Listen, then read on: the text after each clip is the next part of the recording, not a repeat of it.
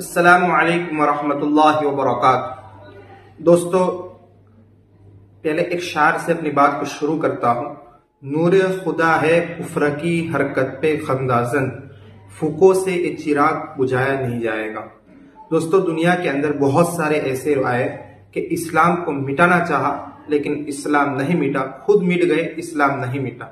दोस्तों, दुनिया के अंदर फिरौन आया इस्लाम को मिटाने के लिए, फिरौन मिटा, इस्लाम जिंदा रहा।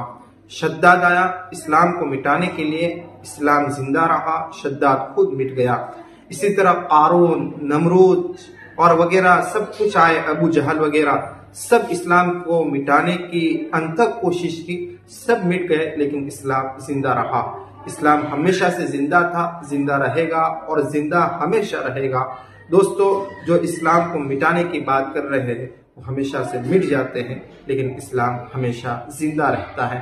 इसी तरह आइए, एक जो मस्जिदों को मिटाने की, दरगाहों को मिटाने की और दरगाहों को तोड़ने की बातें कर रहे हैं वो खुद मिट जाते हैं लेकिन इस्लाम हमेशा जिंदा रहता है। आइए हम इस वीडियो के अंदर पहले जिसने इस्लाम को मिटाने की बात कर रहे हैं उसका वीडियो सुनाते हैं। उसके बाद एक शेर की लड़कार एक मौलाना ने खूब लताड़ के जवाब दिया, वो भी आपके सुनाएंगे। पहले चलते वो वीडियो सुनते हैं जिसमें इस्लाम को मिटाने की बात कही है। मैं केवल इस्लाम से लड़ रहा हूँ, मैं पूरी धरती से इस्लाम को खत्म करना चाहता हूँ। क्या हिम्मत थी मुसलमान की, क्या हिम्मत थी ईसाइयों की। दोस्तों, आपने देखा ना कैसे इस्लाम को मिटाने की बात कर रहे हैं। आइए अब उस शेर की ललकार, उस मौलाना ने क्या खूब मुंह तोड़ जवाब दिया है उसको सुनते हैं। मौलाना के बयान को सुनते हैं, फिर तफसीरा करते हैं। यूरोप का दानिश्वर कहता है इस्लाम कैसे मिटेगा। तुम्हारे नाचने कूदने से इस्लाम नहीं मिटेगा, तुम्हारे गलत फैसले से इस्लाम नहीं मिटेगा, तुम्हारे कहने के मेरे दिन आ गए इस्लाम नहीं मिटेगा, किसी साहब मस्जिद को मंदिर बदलने का सपना देखने से इस्लाम नहीं मिटेगा, कोर्ट कचहरी खरीद कर गलत फैसला देने से इस्लाम नहीं मिटेगा, जांबाजों को शहीद करने से इस्लाम नहीं मिटेगा। यूरोप का दानिश्वर कहा इस्लाम कैसे मिटेगा। इस्लाम तो उसी दिन मजबूत हो चुका था जिस दिन 313 को मैदानी बद्र में फतह मुबीन हासिल हो गई थी। जिस दिन 313 को मैदानी बद्र में फतह मिली थी, किस पर फतह मिली थी? कुफ्र पर फतह मिली थी। मक्का के 70 काफिरों के सरगना मारे गए और 70 गिरफ्तार कर लिए गए। आप यूं समझ लें कि मक्का का सारा दिल मैदानी बद्र में आ चुका था। अबू जहल जैसे सरदार वो आ चुके थे, उतबा और शैबा जैसे सरदार वो आ चुके थे। इन निहत्थे लोगों ने, जिसके पास 313 लोगों के पास 50 घोड़े भी नहीं थे, 313 के पास 100 ऊंट भी नहीं थे, 313 के पास 313 तलवार भी नहीं थी। मुख्तसर घोड़े, मुख्तसर ऊंट, मुख्तसर तलवार और मदीना से चल के मैदानी बद्र आना, एक सवारी पे 3-3 लोग सवार होकर आए थे।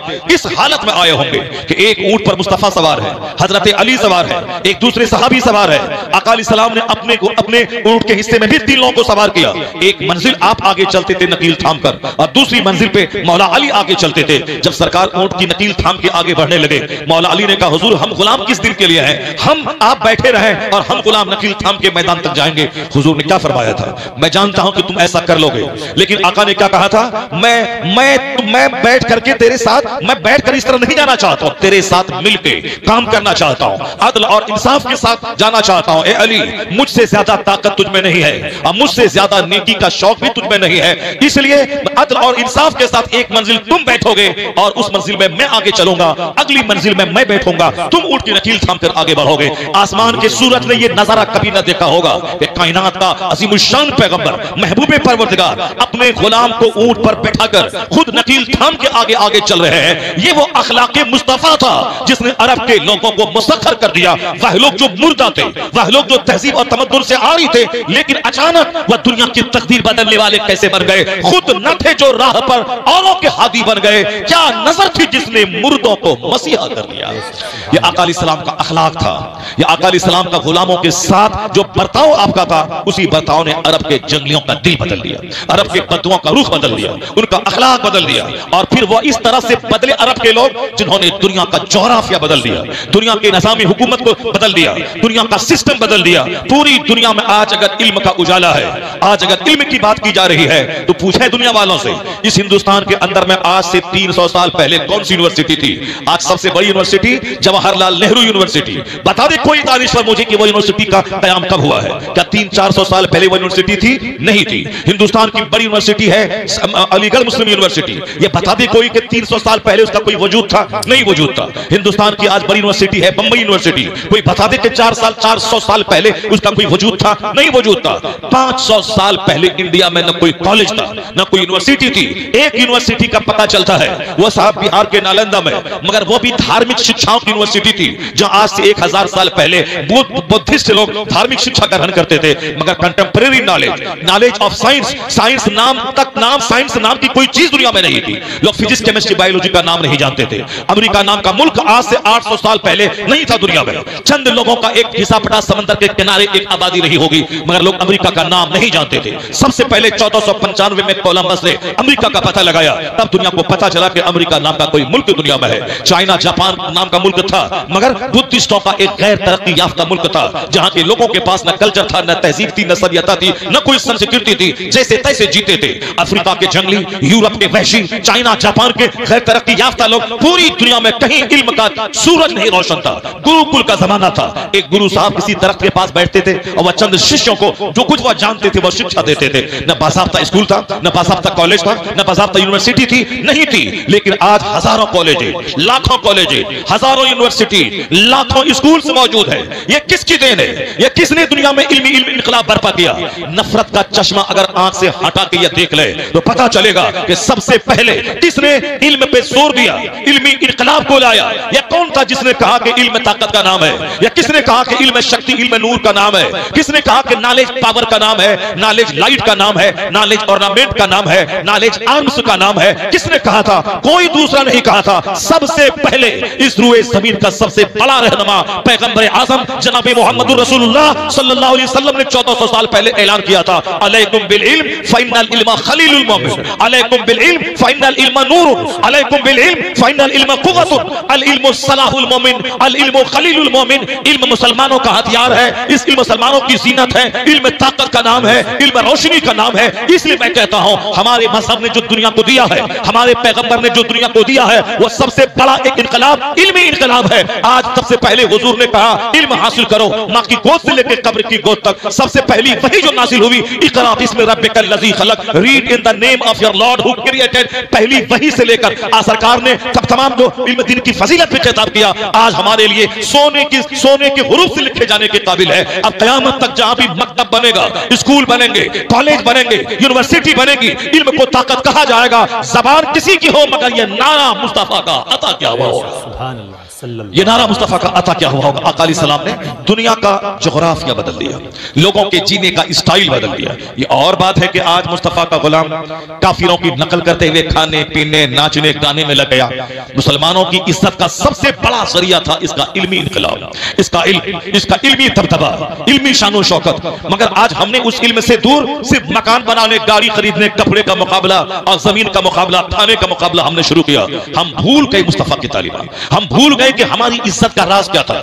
हम अरब से निकले, सारी दुनिया पे बादल और तूफान बन के छा गए, उसके पीछे कौन सी हिकमत कार फरमाती। हमने अपनी ताकत, अपनी मेरिट का राज हम भूल गए। एक बंदा के पास 1000 बीघा जमीन है, वह जमीन बिक सकती है, मकान गिर सकता है, मकान जलजले में जमीन में धंस सकता है, लेकिन जो एक इल्मी क्वालिटी है, ये क्वालिटी सब पे चढ़ के बोलती है। इल्म जिसके पास है उससे बड़ा ताकतवर कोई नहीं है। वहां मौला अली ने कहा था कि दौलत की हिफाजत तुम करता है, इल्म तुम्हारी हिफाजत करता है। इल्म तुम्हें इज्जत देता है, इल्म तुम्हें दोस्तों के दरमियान मुअज़्ज़ज़ बनाता है, इल्म तुम्हें ताकतवर बनाता है। 50 बम वो काम नहीं करता जो एक कलम काम क्या करता है। तो हमारी ताकत का राज कलम है। हमारे पैगंबर ने शैक्षणिक क्रांति पैदा की और हम उसी को भूल गए। लग गए साफ खाने पीने में और लग गए मकान का मुकाबला करने में, लग गए जमीन की खरीदारी में, लग गए काफिरों की तरह अपने बाल बच्चों की शादी ब्याह करने में, लग गए काफिरों की तरह अपने बेटे का बर्थडे पार्टी मनाने में। जो अपने मकसद से हट जाता है उस पर खौफ तारी होता है, वह जलील और रुस्वा होता है, उसके बाल बच्चे गुलाम बना लिए जाते हैं। आज हम गुलाम बना लिए गए। ये काफिर जिसका कोई वजूद नहीं, ये हम पर हंसता है, ये हमें तबाह बर्बाद करने के लिए हर वक्त बरसरे बेकार रहता है। सोचना होगा कि आखिर सबब क्या है, हम जलील क्यों हुए, रुस्वा क्यों हुए। मैं कुरान शरीफ की एक आयत की तिलावत करता हूं, उस आयत करीमा का मफहूम आप देखें कि क्या है। यहां सर से लेकर पांव तक गुनाहों में डूबने के बाद हम ये तमन्ना करते हैं कि अल्लाह रहमतों की बारिश मुझ पर बरसा दे, अल्लाह ताला हम पर रहमतों की बारिश बरसा दे। काम शैतानों जैसा, और दुआ उम्मीद है कि रहमान हम पर रहम नाजिल फरमा दे। ऐसा नहीं होता है कि हम लगाएं आम का पेड़ वहां से सेब निकल जाए, ऐसा नहीं होता इस दुनिया में कि लगाएं धान वहां से गेहूं निकल जाए। हम चले पूरब की तरफ और काबा पहुंच जाए, अब काम करें दुनियादारों की तरह और हम पर रहमतें सालिहीन की तरह नाजिल हो जाए, नहीं होता है। बंदा जब काबा की तरफ चलने का इरादा करता है और खाने काबा का रास्ता इख्तियार करता है, तब अल्लाह तबारक व तआला उसके सफर को आसान कर देता है। जब बंदा जमीन में जुताई करता है, उसमें गेहूं का एक दाना डालता है, उस दाने को अल्लाह सड़ाता है, फिर वहां से गेहूं का एक पौधा निकलता है, जिस पौधे में से दर्जनों बालियां होती हैं और हर बाली में सैकड़ों दाने होते हैं। तो अल्लाह रब्बुल इज्जत की हिकमत यह है कि तुम्हें मैदान में आना होगा, मेहनत करनी होगी, तुम्हें एक दाना तो डालना होगा। दाना डाले बगैर गेहूं का पौधा ना निकलेगा और 1000 दाने गेहूं के नहीं मिलेंगे, तुमको एक दाना डालना होगा और रब्बे करीम पर विश्वास करना होगा, फिर वही एक दाना 1000 दाना लेके तेरे पास वापस आ जाएगा। यह है हिकमत का हिस्सा, यह है विज़डम का हिस्सा।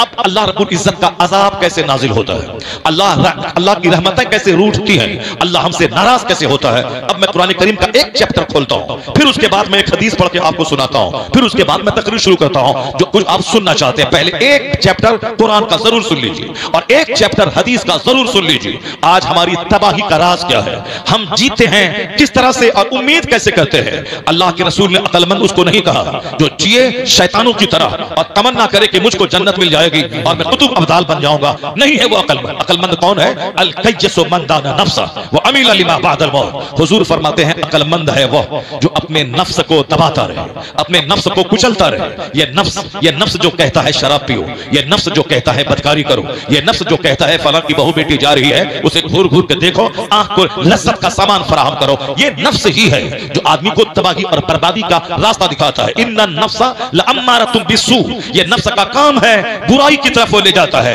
मगर जिस पर अल्लाह रहम फरमाए। हुजूर क्या कहते हैं? अक्लमंद वो है जो नफ्स को दबाता रहे, नफ्स की मुखालफत करे। नफ्स बोले सो, ये बोले नहीं सोऊंगा। नफ्स बोले शराब पियो, ये कहे नहीं पीऊंगा। नफ्स बोले एक झूठ बोलो 1 करोड़ का फायदा हो जाएगा, ये बोले नहीं बोलूंगा। नफ्स बोले सच बोलेगा तो 1 मिलेगा और झूठ बोलेगा तो 1 करोड़ मिलेगा। ये नफ्स को दबाता हुआ कहे मैं सच बोलूंगा और सच बोलकर 1 कमाऊंगा, सच बोलकर 1000 हराम के 1 करोड़ से बेहतर है।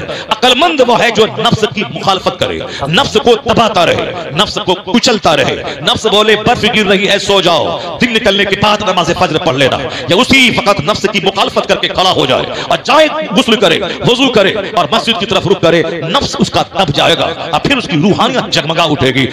नफ्स उसको फिर धोखा नहीं दे पाएगा। और जो नफ्स के सामने सरेंडर कर गया, नफ्स जो बोला वो सब करता रहा, तो फिर वो आदमी तो कहीं का नफ्स उसको नहीं छोड़ेगा। हुजूर कहते हैं अक्लमंद है वो जो नफ्स को दबाता रहे और वो अमीला लिमा बादल मौत, मरने के बाद जो जिंदगी है उसके लिए अमल करता रहे, मरने के बाद जो अमाल काम आएंगे उसके लिए वो काम करता रहे। वो अमीला लिमा बादल मौत। और बेवकूफ है कौन? वल आजिज़ु मन अतबअ नफ्सहु हवाहा व तमन्ना अल्लाह। हुजूर कहते हैं बेवकूफ है वो जो नफ्स की गुलामी करे, जो बोले नफ्स वो काम करे, वह तमन्ना अल्लाह, और अल्लाह पर उम्मीद लगा के बैठे कि अल्लाह ताला उसको बख्श देगा और अल्लाह ताला उसको जन्नत दे देगा। काम नफ्स की गुलामी का और उम्मीद कि अल्लाह उनको बख्श देगा और जन्नत दे देगा। हुजूर कहते हैं बेवकूफ है वह अहमक है जो काम नफ्स की गुलामी का करे और उम्मीद लगा के बैठे कि अल्लाह उसको बख्श देगा। अल्लाह रोजी देने वाला है, लेकिन अक्लमंद रोजी की तलाश में जमीन पे फैलता है, दुकान जाता है, खेत खलियान जाता है, क्योंकि वह जानता है कि रोजी देने वाला अल्लाह है, मगर मुझको खेत जाना होगा, मुझको दुकान पे बैठना होगा, मुझको स्कूल कॉलेज में जाके पढ़ना होगा, नौकरी के लिए मुकाबला जाती इम्तिहान में बैठना होगा, और जब मुकाबला सख्त हो तो मेहनत मुझे बढ़ा देनी होगी। पहले जमाने में 5 घंटे की स्टडी से नौकरी मिल जाती थी, लेकिन आज 18 घंटे स्टडी करना पड़ेगा, तब जाके सामने वाले आदमी का मुकाबला हो पाएगा। पहले 5 इंटरव्यू निकलता था और साहब दरखास्तें 25 आती थी, उसी 25 में 5 का सिलेक्शन करना है। पहले 100 पोस्ट होते थे और दरखास्त 80 आती थी, इसीलिए उसी 80 की दरखास्तें कबूल करके सबको नौकरी मिल जाती थी। लेकिन आज पोस्ट खाली है 100, एप्लीकेशन 1 लाख पड़ गया है। आज नौकरी के लिए जगह खाली है 500, अब 50 लाख एप्लीकेशन पड़ गए हैं। ये बताएं कि 500 आदमी को चुनना है 50 लाख में, किस कदर मुकाबला सख्त हो गया है। स्टडी बढ़ा देनी होगी, हिम्मत नहीं हारना होगा। किशनगंज में जाके 3 घंटे सिनेमा हॉल में दें और कॉलेज में नहीं जाएं और बाप को ठगे कि पैसा चाहिए। बाप का पैसा है, मोबाइल खरीद रहे, दोस्ती यारी कर रहे हैं और 3 घंटे सिनेमा हॉल में सिनेमा देख रहे हैं, और जब नौकरी नहीं मिली, मुकाबले में फेल हो गया, तो हिंदुओं का मुल्क है, मुसलमानों को नौकरी नहीं मिलती है, ये बाप को ठग लिया। जबकि हर रोजाना मुसलमानों को नौकरी मिल रही है और हर साल 30 से 40 बच्चे हमारे IAS ऑफिसर बन रहे हैं, IPS बन रहे हैं, उस पर नजर नहीं जाती, बल्कि अपनी कमजोरी पर पर्दा डालने के लिए बाप को ठगता है बच्चा। वो कहता है कि मुल्क में मुसलमानों को नौकरी नहीं मिलती है। यह सिनेमा हॉल में बैठता रहा, अपने दोस्तों की शादी ब्याह में पागल होता रहा, बेगाने की शादी में अब्दुल्ला दीवाना होता रहा। शादी है दोस्त की, ये मारे मारे फिर रहा है 10 दिन पहले से, स्कूल नहीं जा रहा है, कोचिंग सेंटर नहीं जा रहा है, स्टडी नहीं कर रहा है, रात भर सोना है और दिन में दोस्तों के साथ घूमना है, और नौकरी नहीं मिली, इम्तिहान में फेल कर गया, तो सब हिंदुओं का मुल्क है, मुसलमानों को नौकरी नहीं मिलती है। इस तरह से ठगने वाला ठगता है। मुकाबला जब सख्त है तो स्टडी बढ़ानी होगी, मेहनत बढ़ानी होगी। पहले 5 घंटे पढ़ने से काम चलता था, अब 15 घंटे पढ़ना होगा, 18 घंटे पढ़ना होगा। जब इम्तिहान का मौका आए तो फिर नींद कम करनी होगी, स्टडी बढ़ा देनी होगी। जब मैदान में मध्य मुकाबिल पहलवान जबरदस्त है, उससे लड़ना है तो उससे बड़ी ताकत इख्तियार करनी होगी। यह है तदबीर, यह है अकलमंदी का काम। अकलमंदी का काम वो नहीं है कि काम करें साहब जाहिलों की तरह और इनाम हो जाए आलिमों की तरह, काम करें शैतान की तरह और इनाम हो जाए अल्लाह के वलियों की तरह, नहीं होगा। दुनिया का सारा काम सिस्टम से चलता है। डेली आफ्ताब निकलता है, रोजाना आफ्ताब डूबता है, रोजाना रात आती है, रोजाना दिन आता है, वक्त पे मौसम बदलता है। ऐसा नहीं कि सारे लोग शराबी हो गए तो जाड़े का मौसम नहीं आएगा, या सारे लोग नमाजी हो गए तो अब गर्मी का मौसम नहीं आएगा। चाहे लोग शराब पिए या नमाज पढ़े, मगर मौसम तो अपने वक्त पे बदलेगा। गर्मी का मौसम, जाड़े का मौसम, अब बरसात का मौसम, रात आएगी, दिन आएगा। ये सिस्टम है, अपने सिस्टम से दुनिया चल रही है। चाहे लोग शराब पिए के, तारी पिए के, मस्जिद में जाके तिलावत करें, ऐसा नहीं कि जो शराब पिएगा उसको रोजी नहीं मिलेगी, जो कुफ्र करेगा रोजी नहीं मिलेगी, सांप चुचंदर बंदर को रोजी नहीं मिलेगी, बल्कि अल्लाह का कानून है कि जिसको भी अल्लाह ने पैदा किया है अल्लाह उसको। दोस्तों, आपने वीडियो के अंदर देखा कैसे एक इस्लाम को मिटाने की बात कर रहा है और उसके जवाब में मुंह तोड़ जवाब एक मौलाना ने जवाब दिया है।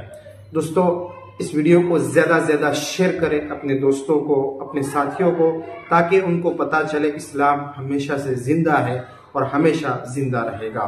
दोस्तों, इस वीडियो के ताल्लुक से आप क्या राय रखते हैं आप कमेंट बॉक्स में जरूर लिखें।